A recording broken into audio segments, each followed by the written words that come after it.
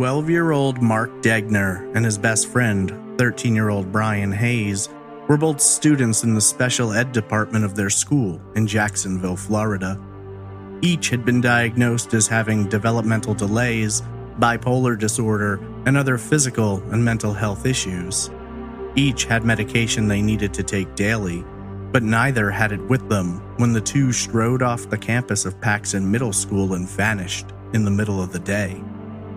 There was no call for concern, no panic, not much of any attempt to find them. Neither boy would be reported missing for hours, as their families were never notified. By the time police were informed, the day was nearly over. More than 16 years later, investigators are now left to wonder if Bryan and Mark ran off on their own, or if perhaps they had been targeted and groomed by someone living just a few miles away. This is Trace Evidence, episode 152, The Disappearance of Bryan Hayes and Mark Degner.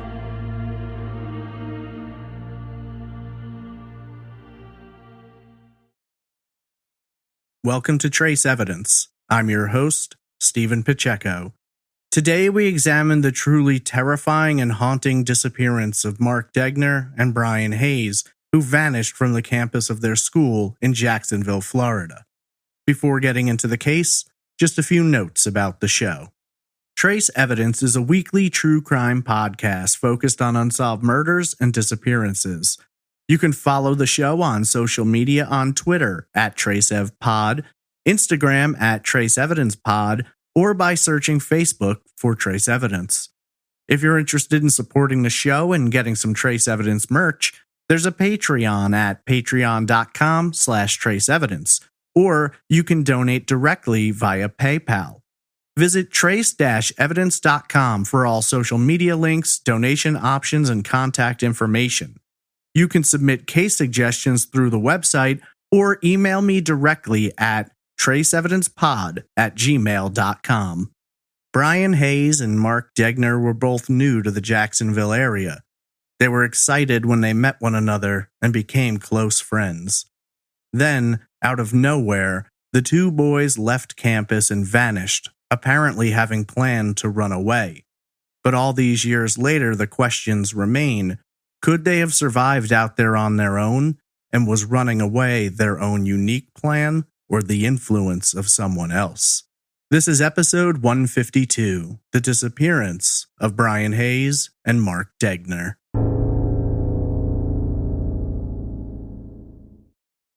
Rustling leaves crackled as the cool breeze swept in from the ocean, moving west across the Florida peninsula towards nearby Jacksonville. On the west side, trees swayed as locals zipped up their jackets against the rising winds with the threat of lower, bitter temperatures to come. Metal vents hummed to life as puffs of heated air exhaled into the classrooms of Paxton Middle School, temporarily fogging the windows as temperatures steadily equalized. The afternoon would usher in a warming respite from the cooler nights, though it wouldn't last long, and by evening the 60s would give way to the low 40s, the snapping bite of winter not yet ready to move on for spring.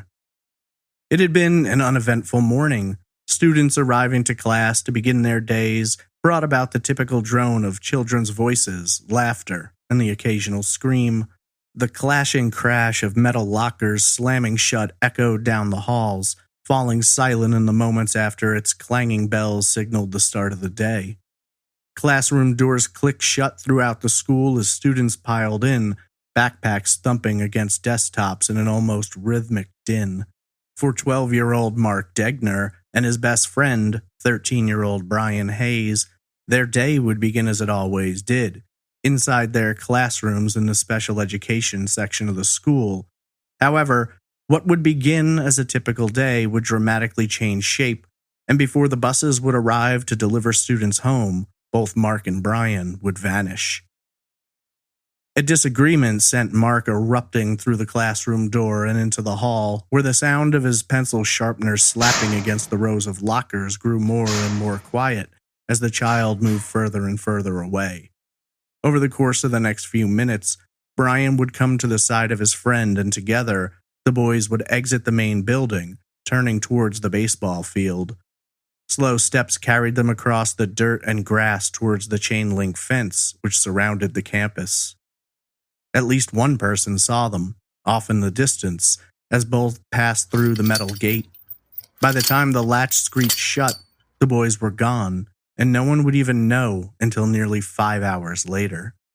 It would be more than 8 hours until both boys' families were notified, and the first official report taken by investigators wouldn't be completed until nearly 10 p.m. Just how far could a 12 and 13-year-old boy get in 9 hours? That question continues to puzzle police, family, and friends alike in one of the most frustratingly underreported and poorly covered double disappearances in Florida history. Mark Anthony Degner was born on Monday, July 13, 1992, to parents Linda and Preston in Seymour, Indiana. Described by family as a sweet and loving young boy, Mark was noted as having a slow southern drawl style of speaking. Mark's parents divorced just a few years after he was born, and several articles note that he lived with both his mother and father at different periods in time. While no specific year is given, Mark was eventually diagnosed with what has been referred to as a developmental delay. As a result, his emotional and logical development has been stated as being 3 to 5 years behind his chronological age. Mark's mother, Linda, has said that he was a very caring and helpful young boy, though due to his psychological state, others could easily manipulate or take advantage of him. In one sad example, Mark was at a local park when someone asked to borrow his bike. Mark agreed, but the man never returned, and according to Linda, the child struggled to understand that his bike had been stolen and wouldn't be getting returned. Mark was described as having a love for animals and possessing a great sense of humor to the point that he was almost always laughing, or at least smiling. There's not a lot of information available about Mark's background, or Bryan's for that matter, but even what information is out there offers confusion. On multiple missing persons listings, it notes that Mark was diagnosed with bipolar. However, others state that only Bryan suffers from bipolar. Frankly, the sheer number of articles with wrong or inaccurate information in this case is staggering, but I was able to find a statement from Mark's father, Preston, confirming his diagnosis of bipolar. As a result of Mark's delayed development, he was placed in special education courses where he could receive more direct assistance alongside students who learned and developed at a similar pace. Mark's mother remarried in 2000, with her last name changing to Alligood, and in the months leading up to his disappearance, Mark moved to Jacksonville, Florida, where he would be enrolled in the special education program at Paxson Middle School, today known as the James Weldon Johnson College Preparatory Middle School. According to Linda, Mark was very happy about his placement at Paxson and was eagerly excited about making new friends in Florida. When Mark met Bryan, the two became fast friends, and over the course of their time together, best friends. Bryan Andrew Hayes was born on Thursday, December 12, 1991. Details surrounding Bryan's parents is limited, as is much of his early life, though what we do know is unfortunately disturbing. While the exact details don't appear to be public knowledge, we know that Bryan was the victim of abuse when he was a toddler at the hands of his biological father. This trauma likely played a role in some of the psychological and physical ailments he would later develop. According to the Orlando Sentinel, after the abuse was discovered, Bryan was removed from the home and placed in foster care. Over the next few years, he moved from foster home to foster home, though his stays were always temporary. Whether that was due to the foster parents only looking to house a child for a short period of time, or Bryan's issues, it quickly became clear that he was a little boy who needed a lot of help and support. Aileen and Ernest Hayes, Bryan's biological grandparents, wanted desperately to take him into their custody, but it was a long and arduous legal process. According to Aileen, Bryan's mother was not in a place where she felt like she could properly care for or support her son and gave her blessing. In 1998, when Bryan was 7 years old, Aileen finally got her wish, and Bryan was sent to stay with his grandparents in Port Orange, Florida. While Bryan was deeply loved and cared for, over the years he developed several issues which made it hard for Aileen and Ernest to provide him with everything that he needed. Similar to Mark, Bryan was described as having a developmental delay, putting his own development 3 to 5 years behind his chronological age. He was also diagnosed as having bipolar. Bryan was noted as having frequent angry outbursts as a result of both his diagnosis and the previous trauma, which would make it difficult for him to be handled, especially for Aileen and Ernest, who were already well into their 70s. Beyond that, Bryan also had high blood pressure as well as a kidney ailment which required daily medication. After searching for a place where Bryan might receive the medical, psychological, and social assistance that he required, Aileen managed to get him a room at the Daniel House, which offers therapy, in addition to treatment programs including, but not limited to, those focused on victims of physical and sexual abuse, as well as behavior management, trauma care, and teaching independent living skills. The Daniel House is located in Jacksonville, approximately 90 miles to the north of Port Orange, so Aileen and Ernest would visit Bryan on weekends and would take him home for holidays and special events. According to Aileen, Bryan was extremely happy with his living situation and called daily to speak with his grandparents, who, at that point, were his legal guardians. Bryan's been described as being a humorous child with a love for flowers and designing. Aileen told First Coast News that Christmas was Bryan's favorite time of year, and while most children were excited for the possibility of presents, Bryan's favorite activity was decorating the tree, where he just loved getting caught up in all the different possibilities and color combinations. Being that the Daniel House was located in Jacksonville, Bryan was enrolled in Paxson Middle School's special education program, which at the time was considered one of the best. It was there that he would meet and befriend Mark, and the two quickly developed a tight bond. According to both boys' histories, they were generally well behaved and kept out of trouble. Bryan was doing much better during his time at the Daniel House, and his outbursts were reportedly under control and occurring less often. Mark was doing well living with his mother in Jacksonville and didn't require nearly as much direct care. While Bryan had attempted to run away once, it was noted that he wasn't gone for very long and hadn't gone very far. As for Mark, he had never tried to leave home, and according to his mother, he was very happy there. She never had any indication that he might be making plans to go off somewhere else. On Sunday, January 30th, Aileen and Ernest made the drive from Port Orange to Jacksonville to spend their day with Bryan. According to the Orlando Sentinel, the couple picked Bryan up from the Daniel House and went out to dinner. Aileen explained that during the visit, Bryan talked a lot about his new middle school and how much he liked it there. In her opinion, Bryan was extremely happy with how things were going, and she saw no sign that he was looking to get away. At the end of their visit, the two shared a long hug, and Aileen promised to visit again soon, as she explained, quote, "He was happy and doing as well as I had ever seen," end quote. Bryan said he was looking forward to seeing them again, but sadly, that wouldn't happen, and less than 2 weeks later, Bryan, now 13, would disappear alongside Mark, who was now 12. The afternoon of Wednesday, February 9th, 2005, may have been Mark and Bryan's first attempt at leaving, but they wouldn't make it. While the details are fairly limited, it seems that their first attempt occurred at the end of the school day. As the buses were being parked and loaded with students, Bryan and Mark turned and began walking away, heading in a direction that would have carried them off campus. While they managed to get away from the bus area, they didn't make it far when a school resource officer came across them. At that time, they were guided back towards the buses and sent on their ways home.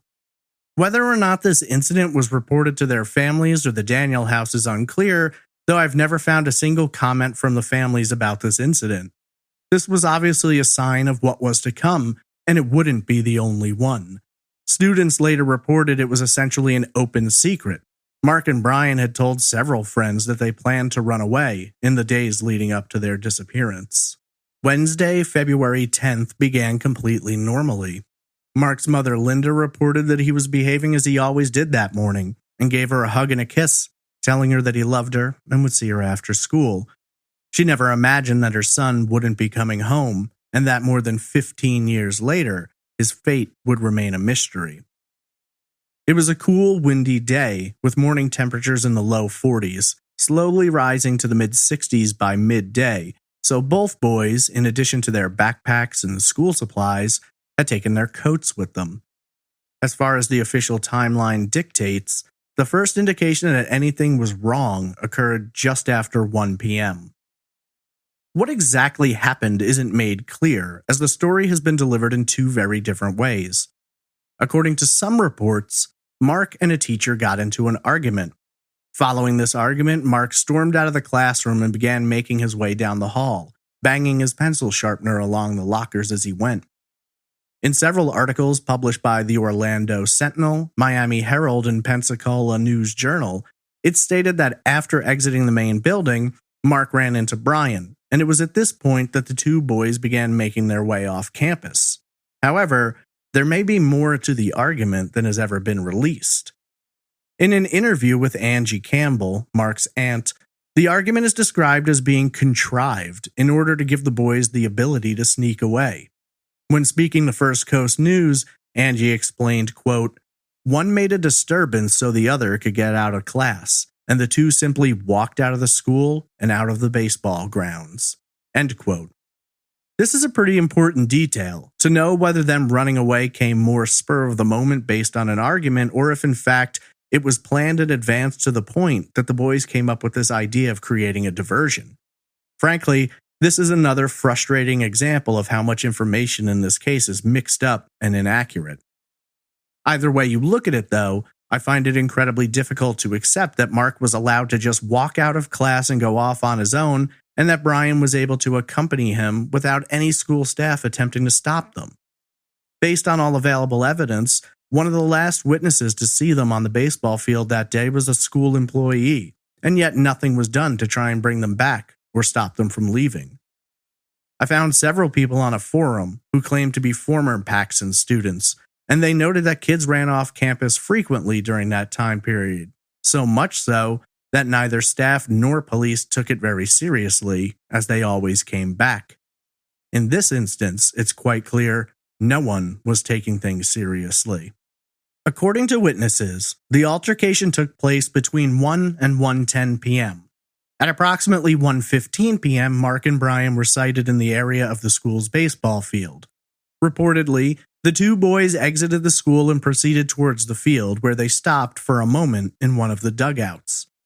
After a short period of time, described to be less than 2 minutes, they got up from the dugout and began walking across the field. This would put them heading due south, moving away from the school located at 3276 Norman E. Thagard Boulevard. After crossing the field, the boys came to a chain-link fence which encompasses the outer perimeter of the campus. There's a thicket of trees which stretches from the middle of the fence to nearly the southwestern corner along West 1st Street. In the middle of the thicket is an unsecured gate which leads out from the campus and would drop Bryan and Mark at the intersection of West 1st and Hood Avenue. From the looks of the gate, it appears that it grants access to people from the local neighborhood should they want to use the baseball field or track. There's also a pond in the southwest corner of campus which is butted up against the fence, on the western side of which another large pond sits. Suffice it to say, as Bryan and Mark made their way through that gate, they'd find themselves in the middle of a neighborhood, from which they could head west toward the edges of town, east towards downtown Jacksonville, or south towards the Riverside and Lakeside areas. North would be an option as well, though they'd have to head over one or two streets to find one running north. Assuming they didn't want to be spotted by school staff, they'd likely have gone at least a few blocks over, though honestly, it seems like they could have just walked north through the school and never have been noticed either.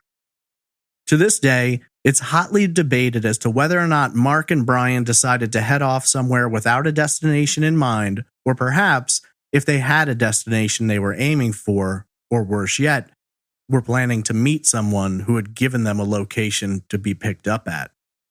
It's commonly believed that the most likely scenario is that Mark and Bryan had help from someone who unfortunately may have been a pedophile or worse.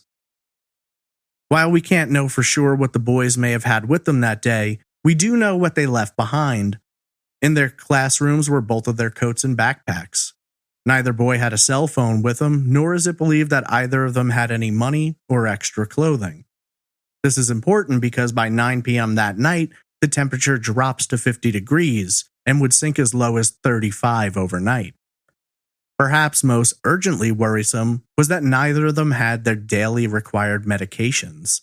Aside from them already being in danger, being two boys off on their own in a world where they lacked the cognitive ability to fully understand the risks ahead of them, they were also without their medication, which aside from assisting in controlling the symptoms of bipolar, were necessary for physical ailments that left untreated could result in death or severe injury.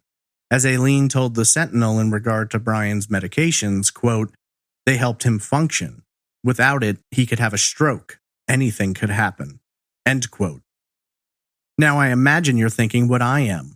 Two boys with developmental delays who have bipolar diagnoses and who are on medications for both their mood and serious physical issues, wandering away from the special education department of a school would warrant an immediate call to police, as well as their families and caretakers, to get more people out there looking for them.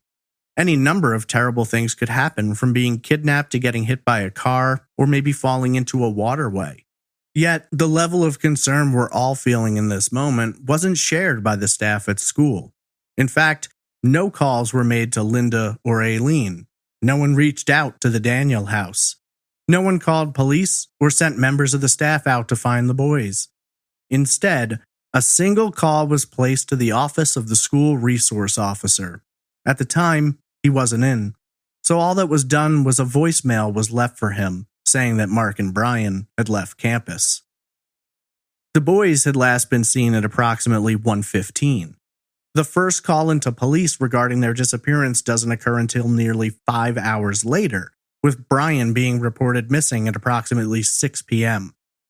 That call, however, did not appear to originate from the school or any of the staff, but instead from the staff of the Daniel house, where Bryan was living. At the time, staff were unaware that Bryan had been with anyone else when he went missing, and so only a missing persons report for the 13-year-old was filled out. It would take another 3 hours, just after 9 p.m., for Mark to get reported missing when his mother returned home from work to discover he'd never come back from school. By the time investigators were aware of the full extent of the situation, more than 8 hours had passed. Aileen didn't find out Bryan was missing until the next day, Friday, February 11th, when she was notified by a caseworker operating out of the Daniel house. Immediately upon discovering that the boys were missing, both families jumped into action. Mark's father, along with his aunt and mother, were out on the street going door to door showing photos of the boys to see if anyone had seen them. It's been reported that Mark's father, Preston, spent more than 20 hours a day for that first week scouring the streets in search of his son. Aileen and Ernest were in a similar position and were trying to do everything they could to locate Bryan as well as bring attention to the case, but for the most part, there wasn't much attention given. The media was remarkably silent early on, with the first articles not appearing for weeks. Aileen made the argument that coverage was thin because there wasn't some attention-grabbing detail, like witnesses to an abduction or an outright crime. As she later told the Sentinel, quote, "These boys are lost in heaven knows where, but it's not a concern unless they've been scooped up by someone or they're lost in a wilderness area." End quote. The Jacksonville Sheriff's Office was the agency who took the missing persons reports and initiated the investigation.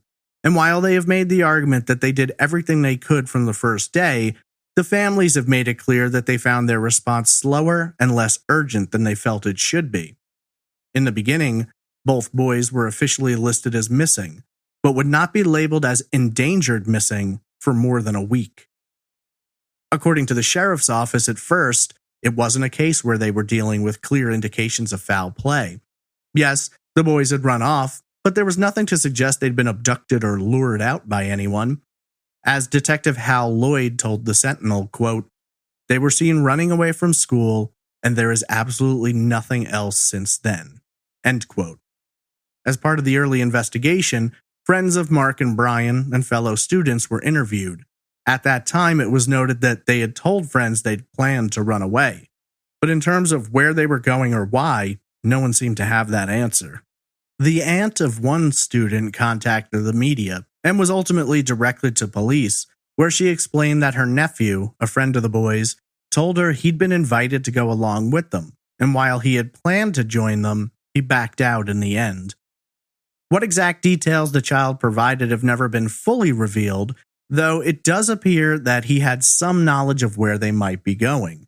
In at least one account, the child directed police to look in the Birdville area, though this is northwest of where the majority of sightings would later come from.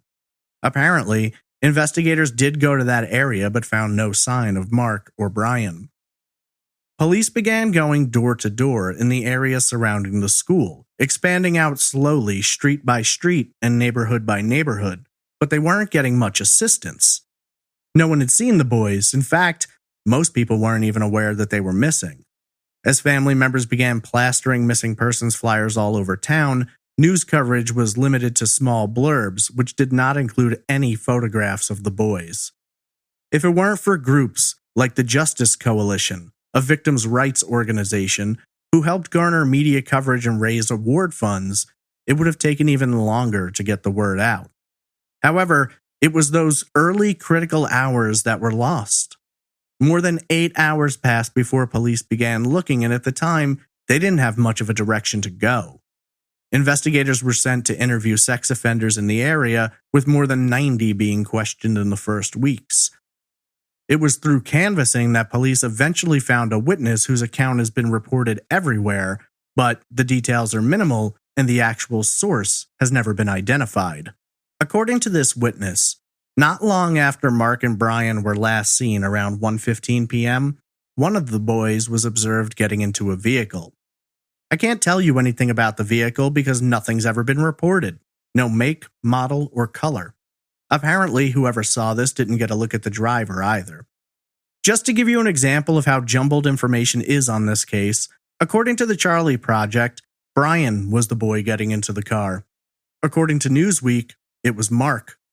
The National Center for Missing Persons reports that it was Bryan, and depending on which news article you read, it's either one or the other. The only thing we truly know about this scenario is that one of the boys was believed to have been seen to be getting into a car alone, though whether or not this is a verified sighting seems up for debate, as I found postings from family members who say that there has never been a confirmed sighting of either Mark or Bryan since they were seen on the baseball field. There are, of course, other sightings, though none of them have been confirmed. On Thursday, February 17th, a witness claimed to see the two boys walking in a wooded area near Hammond Park, which is just half a mile to the north of the school, near the corner of Melson Avenue and West 12th Street. This sighting brought police and the families back into the area near the school, once again canvassing neighborhoods and handing out flyers, but to no avail. Whether or not the two boys seen were actually Mark and Bryan, or if it was two different boys, remains unknown. That same day, 3 different news stations ran stories about the disappearance, although their focus was primarily on the family's efforts to find the boys. However, these stories did result in several new sightings being reported. At least one person claimed to have seen Mark and Bryan near the intersection of North Main Street and 32nd Street, approximately 8 miles to the northeast of Paxson and Hammond Park. Several other sightings were reported in the same area, with witnesses claiming to have seen them in a nearby trailer park, which is either Ideal Trailer Park, several miles to the north, or River City RV Park, located just off North Main and a third of a mile north of the intersection of 32nd Street. Other witnesses claim to have seen the boys in a nearby cemetery, which again is not named but appears to be Evergreen Cemetery, which is directly across the street from River City RV Park. While there is a cemetery located near the Ideal Trailer Park, it's quite small, and the one in which the boys were spotted has been described as large and sprawling, which fits Evergreen. Evergreen is approximately 8 miles east and slightly north of Paxson, and multiple articles report that the cemetery sightings were 8 miles east of the school. There were also sightings of Mark and Bryan in a wooded area nearby, which would likely be May Man Jennings Park, which covers more than 33 acres, or perhaps Long Branch, to which the area designated May Mary Jennings Park once belonged. According to the Orlando Sentinel, after these sightings were reported, both the families and investigators went to that section of town. Mark's mother, Linda, joined by her sister, took leave from work so they could knock on every door within a few miles of the cemetery. For their part, the sheriff's office sent a large number of officers and volunteers into the wooded areas and surrounding neighborhoods. Searches were conducted on foot, bicycle, car, and horseback. A helicopter was also flown over the area for several hours using heat detection instruments in hopes of locating Mark and Bryan. This was the first major search launched, some 8 days after they'd last been seen, and while the families felt that police had been slow to act, they had nothing but praise to offer about how they had searched. Sabrina Gouch, working for the Justice Coalition, told the Sentinel, quote, "You could not move without seeing a patrol car. They blanketed the area. They were phenomenal in their efforts." End quote. Despite those efforts, no sign or trace of Mark and Bryan was found in the cemetery, parks, or RV park. Since so many sightings had been reported inside of the same 1 to 2 mile radius, it was believed the boys had to be somewhere in that area, but nothing was ever found. Unfortunately, tips began coming in less and less over the next weeks, and by the end of the month, the search for Bryan and Mark had grown cold. Detective Lloyd, when speaking to the Sentinel, explained, quote, "Time is important, and they have been gone far too long. I would think that someone is helping them." End quote. That feeling was shared by many involved in the case, believing that it was unlikely Mark and Bryan were surviving on their own without someone supplying them with food or perhaps a place to stay. Another month would pass before another sighting was reported, though this one's also controversial. On April 5th, just under 2 months since Bryan and Mark disappeared, there was a reported sighting of the boys in the area of Holly Hill, Florida, approximately 90 miles south of Jacksonville, and just 8 miles north of Port Orange, where Bryan's grandparents lived. It was thought at the time the boys might be trying to make their way to his grandparents' home. According to the Sentinel, store owners working in a business on Riverside Drive noticed 2 young boys across the street in Sunrise Park. According to their account, the boys were sitting in the grass beside what appeared to be bedrolls. The boys were reported to have been eating food and carrying fishing poles. The issue with this sighting comes up in that no one knows how Mark and Bryan could have managed to travel that far on their own without being sighted along the way. Not to mention, neither had been taking their required medication. Beyond that, where they would have gotten bedrolls, food, and fishing poles is another mystery for which there is no answer. There was apparently another sighting 2 weeks later, around April 20th, of the same 2 boys near a grocery store on LPGA Boulevard, which intersects with Riverside Drive at the park. This led both family and police to conduct searches in the park, as well as surrounding areas and even into Daytona. Where this becomes controversial is that multiple reports state the police confirmed that the first sighting at the park was legitimate, though how that alleged confirmation occurred has never been explained. Beyond that, a woman named Rose, who claims to be related to Bryan, stated on the Charlie Project's blog that the 2 boys seen in that area were definitely not Mark and Bryan. She explained that family members went to the area and were able to locate the 2 boys in question, at which time they confirmed it to be a case of mistaken identity. The question becomes, were the 2 boys seen at the park the same ones seen at the grocery store, or could it have been 2 different sets, with family members finding only one and not the other? This sighting, regardless, continues to be reported as verified, and almost all missing persons listings for Mark and Bryan state that this was the last time they had been seen. Over the course of the next months, police made multiple pleas through the media for assistance in locating the boys. In June, Detective Lloyd told the Sentinel, quote, "We're pretty well just crying out. If they're out and about, if they're stealing lunch meat from a store, I just want their faces out there so somebody might recognize them. I don't want interest in them to die." End quote. Unfortunately, coverage of the boys' disappearance was so minimal early on that even at this time, people in the area were unaware of the search. Gina Baker, an investigator for the Holly Hill Police, explained, quote, "No one has seen them, but I don't know if it's really known that these children are missing. That's why we're asking for the media's help." End quote. It was during this time that police announced a $10,000 reward for information leading to the boys' safe return. It was harrowing for the families who were searching for them everywhere and oftentimes seeing them in the faces of passing children. Linda later explained, quote, "I find myself, with every little kid that's walking down the road, I'm slowing down my car to look, checking to see if it's my son." End quote. Aileen Hayes worked hard to keep the boys' story alive. 8 months after they vanished, in October, she appeared on the Montel Williams show to discuss the case. She covered the windows of her car with flyers and photos of the missing boys, as well as getting the flyers posted in major stores and truck stops in the area. She managed to get America's Most Wanted to display the images of Mark and Bryan and to summarize the case in a short segment, as well as getting their missing persons flyer inserted into trucker magazines sold in the area. Aileen later told reporters, quote, "We're still trying to find new ways to do things. Every day we think of something new we can do." End quote. Unfortunately, time began passing more rapidly with no signs, no news, no leads. Soon, days turned to weeks, weeks to months, and months to years. Birthdays, holidays, special occasions came and went with no sign of Bryan and Mark.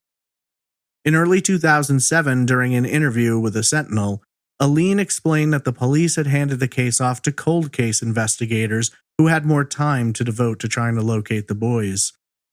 6 months later, Mark and Bryan's photos were added to decks of cards distributed to prison inmates in hopes that someone might have information about their whereabouts. In September of 2007, Bryan and Mark were featured amongst other missing children at the 9th annual Florida Missing Children's Day, and their families were in attendance.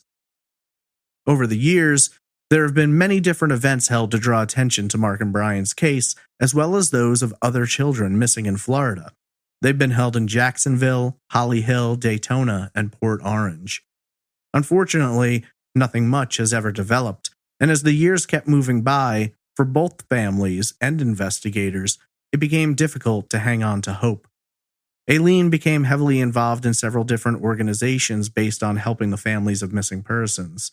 She found comfort in being able to speak to others, to share her story, and to offer assistance to those she could. When asked about the potential sightings, even after years passed, Aileen explained to the Bradenton Herald, quote, "You can never stop looking. You have to go and see." End quote.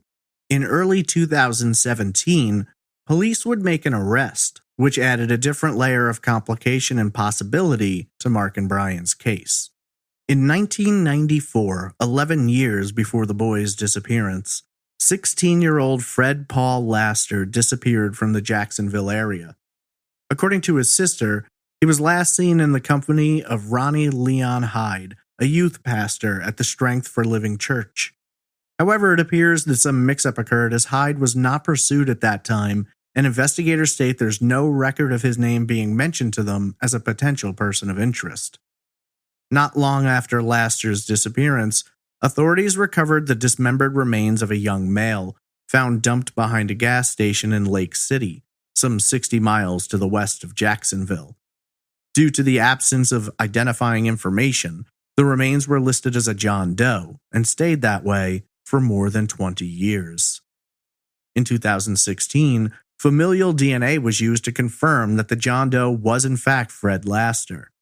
At the scene where his remains were found, police recovered several articles of clothing, one of which contained the unidentified DNA of a man. After speaking with the family and reinvestigating the case, they began taking a look at Hyde. They managed to obtain a DNA sample from his trash and got a match to the DNA found at the crime scene. On Tuesday, March 7th, Hyde was arrested when state and federal authorities raided his Jacksonville Beach home. Charged with the murder of Fred Laster, Hyde faced additional charges when thousands of images of child pornography were found in his home and on his computer. Following the arrest, multiple victims have come forward to accuse Hyde of sexually assaulting them while they were between the ages of 12 and 16. The FBI was looking to find any cases which could potentially be connected to Hyde, and began compiling a list of missing and murdered children between the ages of 12 and 16 who had vanished in areas that Hyde had lived throughout Florida. Among those considered possible are Mark Degner and Bryan Hayes. However, Jacksonville Undersheriff Pat Ivey told News 4 Jacksonville that they had yet to establish a link. As he explained, quote, "You have to know what you're looking at as a legitimate potential connection. When the appropriate time comes, and based on other agencies involved in the investigation concerning Mr. Hyde, we would take the opportunity to review and see if we have anything we need to take a closer look at." End quote. In terms of Mark and Bryan, it's very interesting to note that at the time of their disappearance, Hyde was living in a home located at 2076 Thelma Street, 8 miles from Paxson Middle School, and just 2 miles from the cemetery and RV park where multiple witnesses claim to have seen the boys in the weeks after their disappearance. In court documents later made available to the public, there was this one detail which caught people's attention. A backpack bearing the name Mark D was found not far from one of Hyde's properties, though I can't confirm that it's actually related to Mark or Bryan, as neither of them took their backpacks the day they vanished. As alleged victims came forward and spoke with police, they described similar circumstances, with many saying that Hyde had lured them into his home during periods where they were runaways or homeless, telling them they could stay there and come and go as they wanted. Hyde had worked as a youth pastor and mental health counselor at various times in and around Jacksonville, which may have given him not only access to Mark and Bryan, but perhaps insight as to how to approach and possibly manipulate them. Considering Hyde's disturbing attraction to children and the murder he is alleged to have committed, many people believe there's a good chance he could have been involved in Mark and Bryan's disappearance. However, as of this episode, no definitive link has been established, and any questions or investigation into Hyde's possible connection has not been released. When asked about the possibility, Aileen Hayes replied, quote, "I think it's a possibility for sure, because we've never been able to figure out what really happened to them. They weren't prepared to run away. They had no money, nothing, no food." End quote. Mark Anthony Degner was 12 when he vanished from the baseball field of Paxson Middle School on February 10, 2005. At the time of his disappearance, Mark was described as being a Caucasian male, with brown hair and hazel eyes, standing 5 feet 1 inch tall and weighing approximately 100 pounds. Mark was last seen wearing a gray zip-up hoodie and khaki pants. Mark has a developmental delay which results in his emotional development being several years behind his age, as well as having a diagnosis of bipolar disorder. Mark speaks with a slow southern drawl and has a nervous tic where he shrugs his shoulders and blinks rapidly when nervous. One of Mark's ears is pierced, though he was not wearing an earring the day he disappeared. If alive today, Mark would be 28 years old, and age-progressed photographs are available. Bryan Andrew Hayes was 13 when he disappeared with Mark. Hayes is described as being a Caucasian male with red hair and blue eyes, standing 5 feet 3 inches tall and weighing approximately 130 pounds. Bryan has a lot of freckles, and his skin quickly turns red when exposed to sunlight. Bryan has a similar developmental delay to Mark, as well as bipolar disorder. Bryan also suffers from high blood pressure and a kidney problem and does not have his medication. At the time, he wore a blue cast on one of his thumbs as it was broken. He has a surgical scar extending front to back on the right side of his torso, and he is right-handed. If alive today, Bryan would be 29 years old, and age-progressed photographs are available. 16 years ago, 12-year-old Mark Degner and 13-year-old Bryan Hayes walked away from Paxson Middle School and disappeared. There were no alarms set off, no flags thrown up, and instead, hours passed before anyone was notified, before anyone began searching. 2 boys, both in need of their medication and who, as their families described them, lacked the awareness and street smarts to make it on their own, vanished into thin air, and by the time people really heard their story, it had been weeks. While many believed the 2 likely lost their lives, either accidentally or at the hands of a killer, their families try to hold out hope that someday they might return. When asked about her grandson and Mark, Aileen Hayes explained, quote, "I'm not ready to believe the boys are dead. We're not giving up hope until we have to give up hope. When you have a loved one who is missing, you can't sleep, can't eat. You're devastated. They need to know we've been looking for them, that they are missed and loved, and we want them to come home. We're never going to give up on them."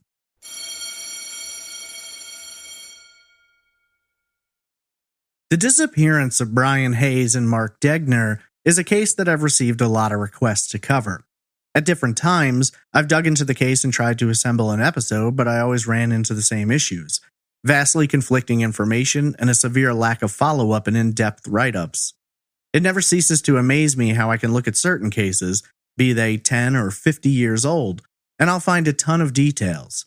And yet when looking at two boys who vanished in 2005, there's almost nothing out there. Tragically, as much as it seems that at the time of their disappearance things weren't handled properly, there wasn't enough urgency, more than 15 years later, that seems to remain the case.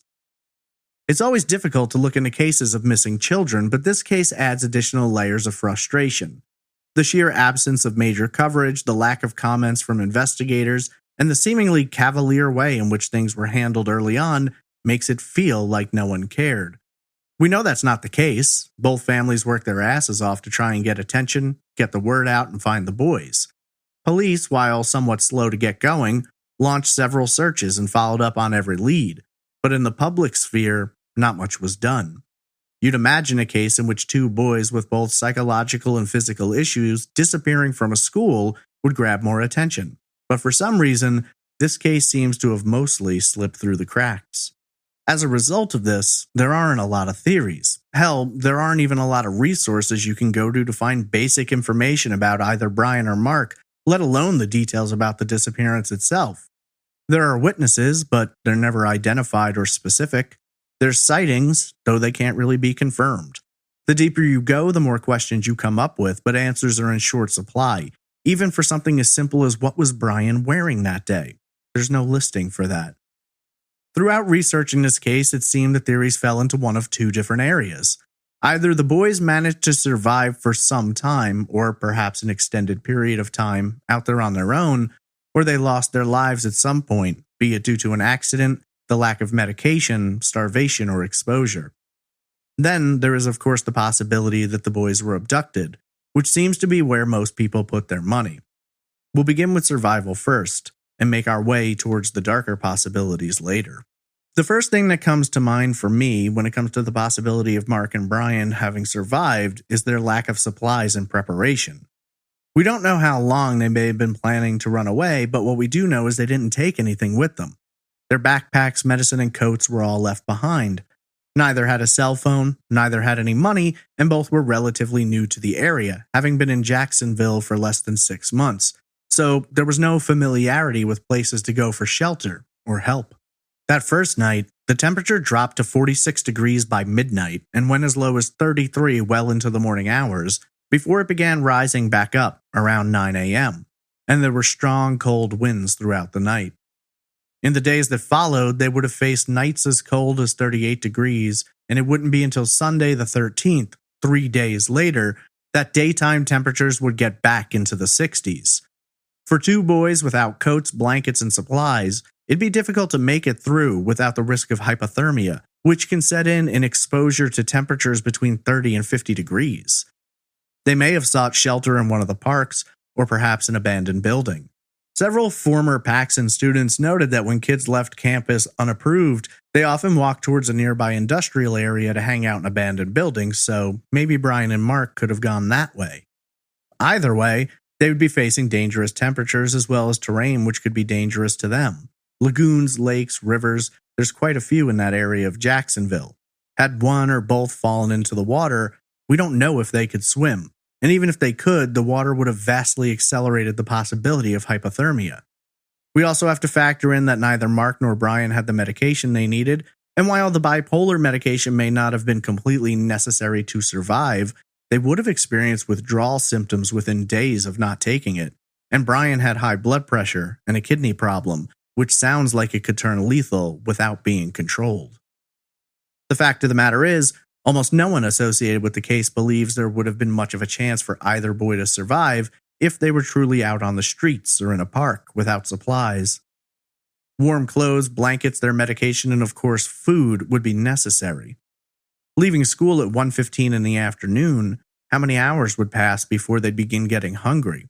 I suppose for me, one of the main details that makes their survival on the streets seem unlikely is neither of them tried to contact anyone. If you're a kid and you're cold and hungry and tired, all you'd have to do is go to a store and say you're lost, pick up a phone, and dial 911. Even with developmental delay, it seems like they'd be very aware of these options, and yet that doesn't happen. For most people, it's considered probable that they never showed up, called, or sought help purely because they were unable to. Others think perhaps they considered themselves to be in a lot of trouble and didn't want to get caught. I suppose the issue becomes if they did lose their lives due to exposure, starvation, or an accident, why hasn't anything ever been found? I think it depends on where they ended up. If you're looking in the park, there's a lot of land to cover and a lot of places where things could be hidden. If you're looking at water, like the St. Johns River, which flows north and empties into the Atlantic, there's a lot of different possibilities. All along, there are split-offs, lakes, and if Mark and Bryan ended up in the water, I don't know how much, if anything, would be found without dragging areas and diving searches, but according to everything I've read, those types of searches were never conducted. A lot of people note that the boys were able to survive for nearly 2 months since they were sighted in Holly Hill, but the problem is, while police have said they're pretty sure the sighting's legit, no one can prove it. There were 2 sightings, not far from one another, and then nothing. Holly Hill police searched but never found anything, and if the boys were there, how did they get the supplies they were said to have? Food, bedrolls, and fishing poles. Also, if they were in Sunrise Park, then they were extremely close to the ocean, and if they ended up in there, it's unlikely they'd be found. The odds of Bryan and Mark surviving out there on their own are fairly limited. There's a possibility they could have ended up somewhere that assisted runaways or the homeless, somewhere they could get a meal and keep warm, but it would be remarkably odd that no one would report 2 boys as young as 12 and 13 coming in from the streets, especially once the media jumped on board and started getting their pictures out there. To say it would have been impossible for them to survive isn't necessarily the be-all end-all, but the possibility of them surviving long-term without outside influence does seem like the least likely of what has been theorized. If, somehow, they managed to make it through the cold weather, found a way to feed themselves in a place where they had some form of shelter, surely they could have survived for a period of time. But again, without their medication, they would have at best suffered withdrawal and been subject to all the symptoms of untreated bipolar, while Bryan would have been severely inhibited due to his blood pressure and kidney ailment. I think it's fairly safe to say that without intervention from medical professionals, neither Mark nor Bryan had much of a chance of making it out of there. Under the incredibly unlikely scenario that they did survive and are still alive today, I suppose it would become a question of how they've managed to keep going for 16 years without ever being found. Considering just the bipolar aspect, they'd likely find it difficult, if not impossible, to secure jobs or maintain a source of income. The one possibility is that they could be living on the streets, as many who suffer from mental illness end up doing. But again, I think this is a situation where the odds of that are fairly slim. For most people, their belief is much darker and tragic. The vast majority of people interviewed, investigators, family, can't help but acknowledge that, after all this time, there's a much greater chance that Mark and Bryan fell victim to someone who either played a role in convincing them to run away or who came upon them after they'd already done so. That takes us into the final theory, that Mark and Bryan became victims of someone looking to target young children. Looking at this from the angle that there was no grooming and no premeditation, I think the possibility that Mark and Bryan could have been taken in by someone with dark intentions is quite apparent. We have a witness who claims to have seen one of them getting into a car the day they vanished. Whether the other one was already in the car or perhaps elsewhere, no one knows. Hell, they can't even tell us what the car looked like. But given what we know about their psychology, Mark's experience with having his bike stolen, all their relatives noting the absence of street smarts and a full understanding of the dangers around them, I don't think it's completely out of the question that someone could have seen them, pulled over, and offered them a ride, a place to stay, something to eat, anything that would have convinced them to get in the car. If that happened, then sadly, We know what would have probably happened next, and none of those options are good. Either this person decided to take them somewhere and keep them, not knowing the full extent of their medical needs, which could have either resulted in one or both dying, or perhaps having an issue that caused the abductor to strike or drop them off somewhere worse. Or this person could have been abducting them with either murder, sexual assault, or both in mind from the beginning. Jacksonville is a big area with a population of more than 700,000 in 2005. The school from which they disappeared is wedged between major roadways and interstates, from which anyone could come in and grab them and be gone minutes later. We don't really know for sure, but it's a possibility that can't be dismissed, that Mark and Bryan were abducted sometime in the hours after they left campus. If that is the case, short of someone finding something related to them or someone coming forward with new information, it's unlikely the answers to this mystery are ever going to be found. We do have to consider the other angle here, though, which is the possibility that someone may have manipulated and influenced one or both of them to run away, promising them a place to stay or something that would have appealed to them, anything to lure them into a trap. We don't know anything about either boy's access to the internet, though with it having been 2005, it's likely they had some access. There could have been communication with someone who represented himself as someone else, someone who groomed one or both of them and convinced them to run away. Knowing the exact details of how they left campus might help in this regard. If it was a spur-of-the-moment argument that led to them leaving, or if it was a contrived incident to create a diversion. We know they tried to leave the day before but were caught. Both apparently seemed happy with school, their living arrangements, and their families, so there doesn't seem to be any major motive behind the runaway plan, unless, of course, someone was feeding them a story or working to convince them to run. It's a sad fact, but there's a lot of sick people out there who spend their days trying to lure children in, whether they're locals or people on the internet.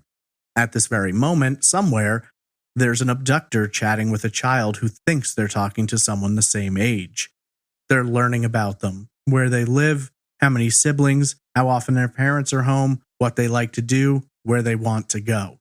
They're doing whatever they have to mold and shape that child, to get them to just take that step outside and get together. And if they're successful, there's a good chance that child is never coming home.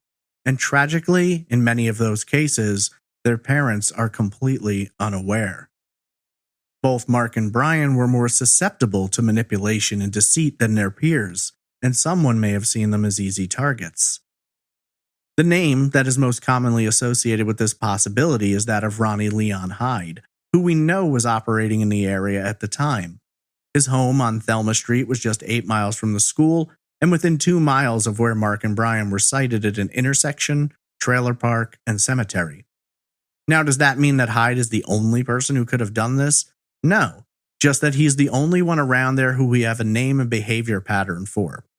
However, his proximity to the site of their disappearance is difficult to ignore, and if you look into his background as a youth pastor and mental health counselor, he may not only have had some access to either Mark or Bryan, but he likely possessed enough knowledge of their psychological disposition that he could have known how to manipulate and groom them. As far as has been established, while Hyde has been charged with multiple counts related to possession of child pornography, he's only indicted for one murder. Now, that's not to say he's not capable of having committed more, and likely did, but many of his alleged victims came forward after his arrest, saying that he had sexually assaulted them at different points in time. If his preference was for sexual assault, with murder occurring only under extreme circumstances, then it's possible he could have targeted either Mark or Bryan. But upon getting them under his control, he came to learn the depth of their conditions and his inability to handle them. I certainly think it's possible he could have been involved, but after a few days, if Mark and Bryan would have been kept alive that long, there would have been severe medical issues for him to contend with. Any of these could have resulted in one or both boys dying, which could have caused him to kill the other and cover up the crime. Of course, he also could have planned to murder them all along. There's also the chance that he only targeted one of them, and when the other came along, the situation became problematic. Perhaps one boy wanted to get out of there, go home, but he couldn't risk the chance of being found out, and so he had to silence them.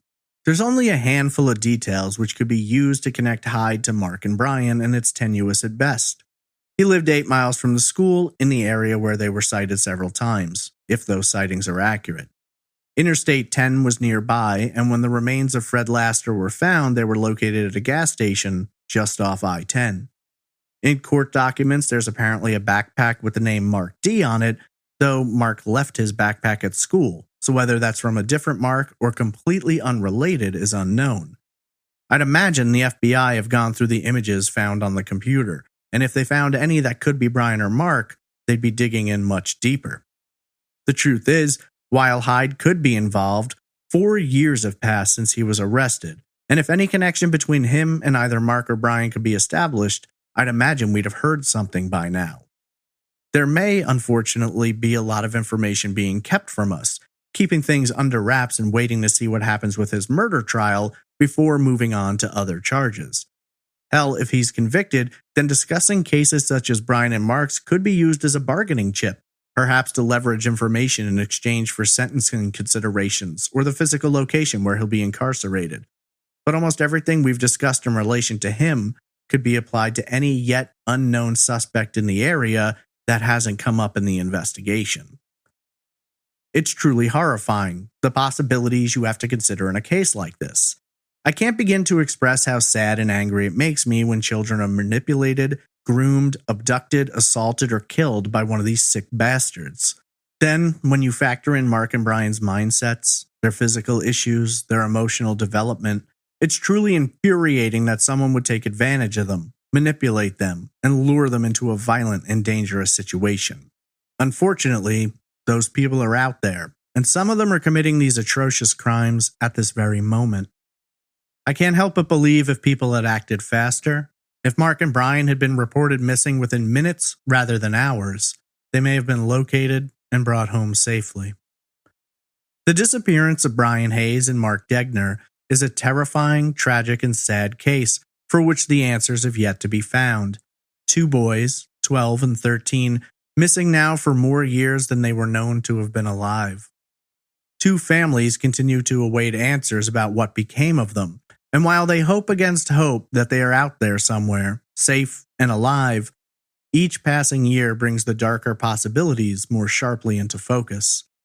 Unfortunately, without new information, sightings, a link between the boys and a potential suspect, or an outright confession, the disappearance of Bryan Hayes and Mark Degner will remain open, unsolved, and very cold.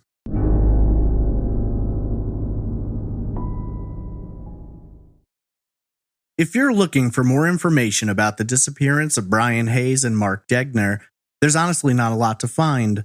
There's many posts and news articles, though the majority have issues with accuracy. The Orlando Sentinel did several stories and seems to be the most consistent.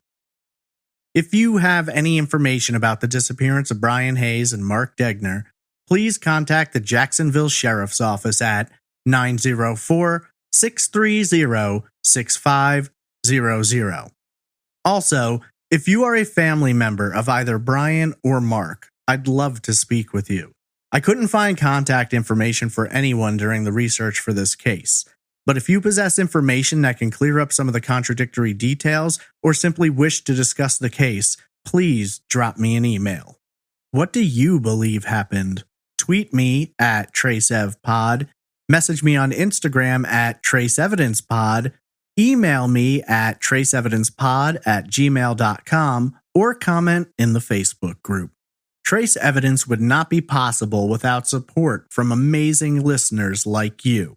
And now I'd like to take a moment to thank our fantastic Patreon producers: Alicia Lorraine, Brittany Bivens, Christine Greco, Krista Colvin, Denise Dingsdale, Diane Dyson, Eamon Brady, James, Jennifer Winkler, Joni Berkwitz, Kara Moreland, Kevin Bonham, Marla Wright, Melissa Breckeisen, Michael Draves, Nick Mohar Schurz, Quinn McBreen, Roberta Jansen, Sarah Levanin, Sarah Mascaritolo, Travis Skepko, Stephanie Joyner, Stephanie Eve, Tom Archer, Tom Radford, Tracy Woods, and Vox Nihili.